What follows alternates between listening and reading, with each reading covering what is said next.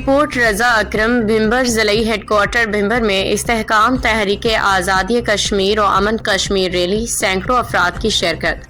پاکستان زندہ باد، آزاد کشمیر زندہ باد، مسلح افواج پاکستان زندہ باد کے نعرے۔ سول و مسلح افواج پاکستان کے شہداء کی عظمت کو سلام۔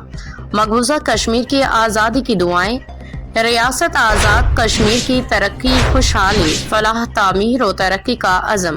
امن کے لیے تمام شہریوں، سول سوسائٹی، وکلاء، بلدیاتی نمائندگان، صحافیوں سمیت جملہ مکاتب فکر سے افراد کا مشترکہ کاوشوں کا عزم۔ ہاتھی گیٹ سے میرپور چوک کی جانب شرکاء کا بینرز اٹھا کے مارچ۔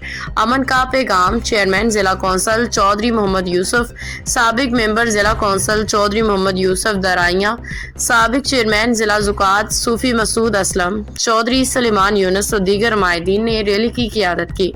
شرکاء نے کہا کہ معاشرے میں عدم برداشت کے خاتمے، قومی یکجہتی کے فروغ اور پرامن کشمیر کے قیام کے لیے جدوجہد جاری رکھیں گے۔ ریلی کے شرکاء نے کہا کہ پاکستان مختلف قدرتی آفات جیسے زلزلوں، سیلاب اور وبائی امراض کے خطرات سے دوچار ہے، اس لیے داخلی و خارجی چیلنجز سے نمٹنے کے لیے اجتماعی جدوجہد اور متحدہ پالیسی کی ضرورت ہے۔ مزید برآں خوشحال اور مستحکم مستقبل کے لیے اتحاد کی ضرورت ہے۔ رپورٹ رضا اکرم۔